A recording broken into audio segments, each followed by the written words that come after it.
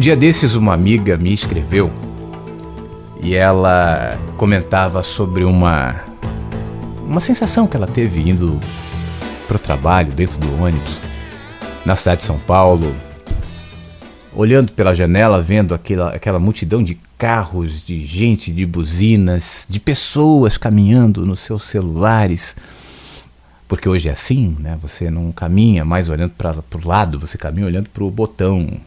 É assim em todos os lugares, nos shoppings, nos locais públicos, famílias que estão juntas, mas não estão.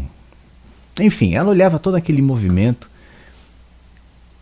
e sentiu como se tivesse se deslocado e tivesse vendo aquilo fora, à parte.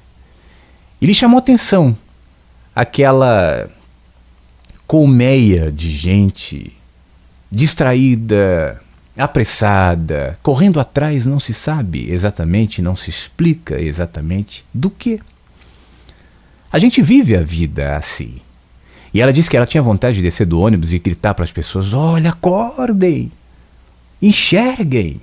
E depois ela se sentiu um pouco constrangida com isso, afinal de contas ela deslocou o olhar daquelas pessoas e passou a se enxergar e viu que ela também estava lá, naquele ônibus, no meio daquelas pessoas, com o celular na mão, indo para o trabalho, e se sentiu extremamente constrangida, se sentiu mal, se sentiu parte de tudo aquilo, e um pouco até pelo tom dela, hipócrita por estar criticando, enxergando, e eu disse a ela para que não se sentisse mal, e nem hipócrita. Que bom que ela em algum momento deixou de enxergar com a mente e passou a enxergar com a consciência.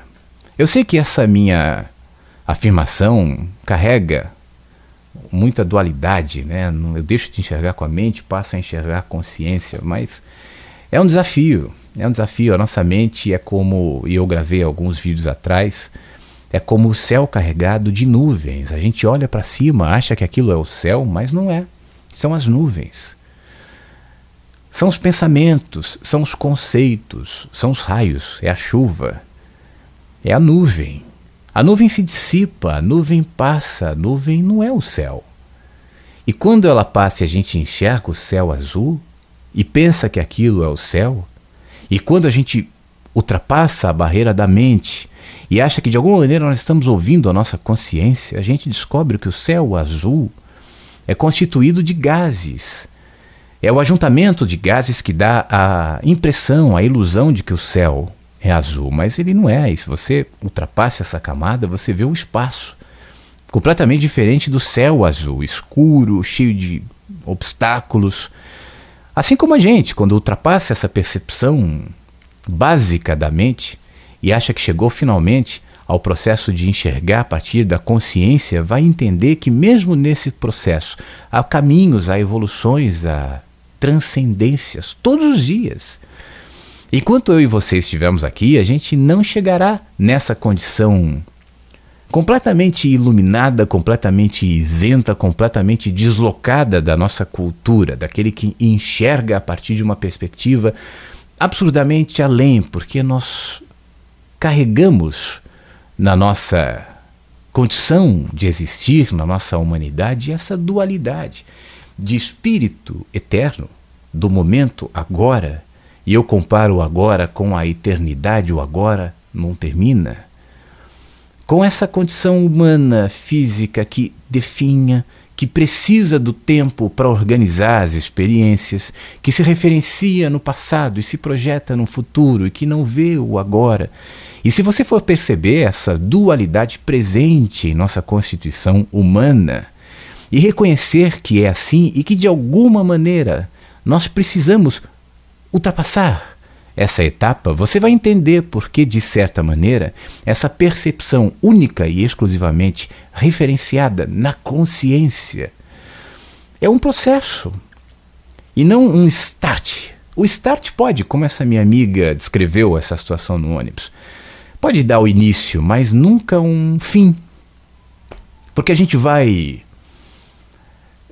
trazendo coisas novas todo dia, a gente vai realocando, reajustando, remodelando, a gente vai repriorizando valores, a gente vai evoluindo. hoje, e no amanhã, que será hoje, e na semana que vem, que será hoje, e no ano que vem, e daqui a 10 anos, e daqui a 30 anos, que será hoje, agora. Esse é o tempo que nós temos para abrir os olhos. E começamos a perceber esses movimentos como essa minha amiga descreveu e percebeu. E de alguma maneira nos distanciar deles e tentar enxergar não só mais com a mente. E perceber a partir de quem eu sou, da minha consciência, esses movimentos, essa nebulosidade que a minha mente geralmente carrega com suas tempestades, com seus ventos, com seus raios, com seus trovões, ou com seus trovões, na tentativa de se impor como realidade, como verdade absoluta, mascarando a minha essência de ser que observa, que transcende, que cresce, como um ser perene, como um ser carregado, entupido dessas vacuidades que nós chamamos de importância, que nós elegemos como nossas vidas. Esse conflito, essa visão, essa percepção que eu descrevi no começo, que a minha amiga me contou, era algo muito claro para mim quando eu era uma criança ainda, de 10, 11 anos. Eu me lembro que eu andava ali na Avenida Santo Amaro, em São Paulo, ali perto da Santa Justina, onde eu morava, ali perto da Vila Nova Conceição, do Itaim Bibi. E eu via aquele movimento, aquele monte de gente, aquela rua, e eu ficava pensando, o que essas pessoas, para onde essas pessoas estão indo, né? Quem sou eu no meio disso tudo? Eu não me lembro exatamente que caminhos a minha mente utilizava, mas eu me sentia como um sonho. Parece que essa vida é um sonho, parece que as pessoas não enxergam, não vê, estão entupidas de tantas distrações, que tem grande dificuldade de enxergar o óbvio, de eleger, de optar pela simplicidade. O que eu estou querendo propor aqui nesse nosso papo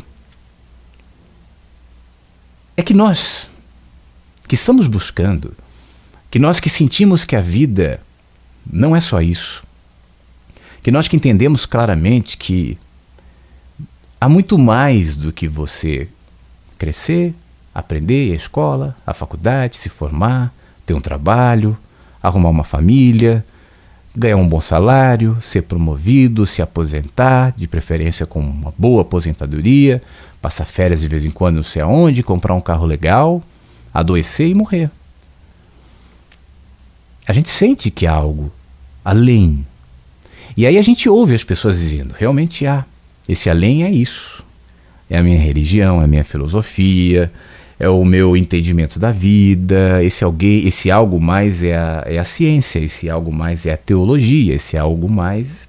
E aí os caminhos se desenrolam e se desenvolvem de acordo com as nossas preferências, nossos gostos, nossa cultura, nossas crenças, nossa fé. Uns optam por determinados caminhos, outros por nenhum, mas esse sentimento de que a vida não é só isso, de que aquela massa de gente não constitui o nosso objetivo de vida, que não é para isso que nós vivemos e que a gente deve desenvolver uma percepção um pouco além do que a massa conclui como realidade, como ideal. Isso nos movimenta, isso nos desloca para uma condição muitas vezes incômoda, de se sentir diferentes, de ter dificuldade de encontrar pessoas que pensam como você, que são parecidas pelo menos com você, que tenham percepções semelhantes, porque também existe um movimento natural de todo grupo, de toda massa, de repelir aquele que não se encaixa, daquele que questiona, daquele que critica, daquele que enxerga. Então, para não ser repelido e taxado de louco na família, no trabalho, no grupo que você frequenta, às vezes o movimento natural é se aquietar, é se inquietar e engolir tudo aquilo e tentar se adaptar de alguma maneira.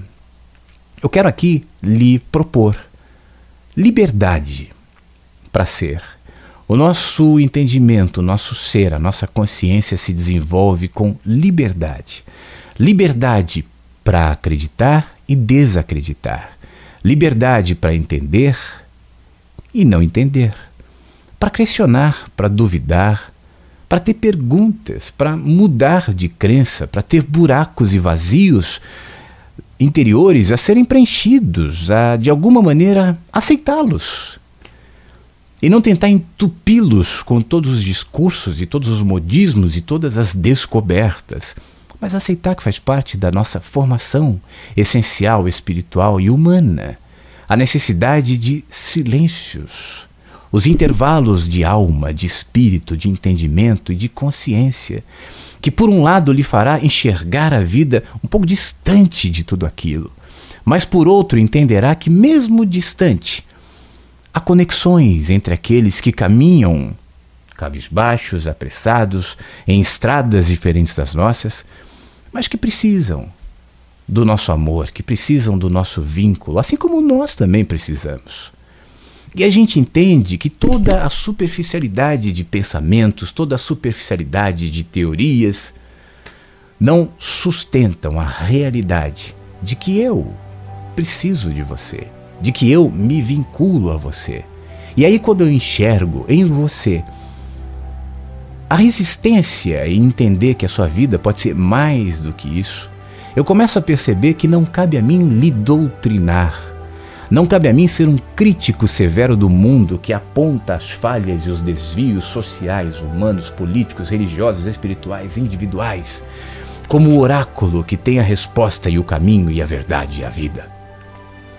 Mas como aquele que entende que não há maior revolução do que o dom de amar, que se desenvolve a partir dessa percepção, mas que desemboca na simplicidade, na humildade, na disponibilidade de caminhar juntos. Eu não vou deixar de viver no mundo, eu não vou deixar de viver no sistema que muitas vezes eu condeno, no trabalho que muitas vezes eu acho predatório, na política que eu acho horrível, nos impostos que eu acho o fim do mundo, mas eu tenho que pagar. Eu sei de tudo isso. E eu não vou me rebelar contra isso porque eu não vou criar nenhum tipo de anarquia que me colocará numa outra posição, mas eu me vincularei em amor, apesar dos pesares. E serei ajuda, e serei vínculo, e serei misericórdia, e serei graça onde quer que eu esteja.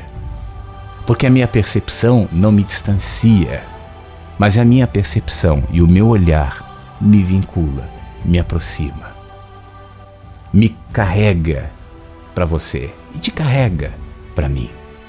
E me aumenta e me faz perceber o entendimento de que de alguma maneira o meu incômodo pode se transformar em luz, pode se transformar em vínculo, pode se transformar em amor.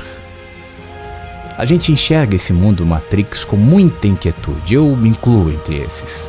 A gente enxerga a vida com muitas angústias e eu me incluo a você, se for o teu caso. Eu me vinculo a você, se for o teu caso, nessa percepção e nessas angústias que vez ou outra também me sobrecarregam e também submergem a minha alma. Mas aí eu me lembro que eu posso escolher que significado eu vou dar a isso.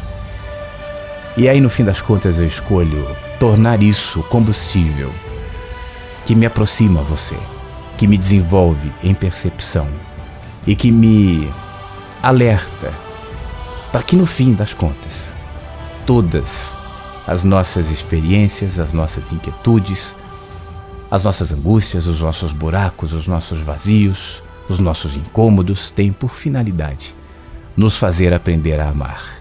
E então eu me aquieto, então eu descanso, então eu me pacifico.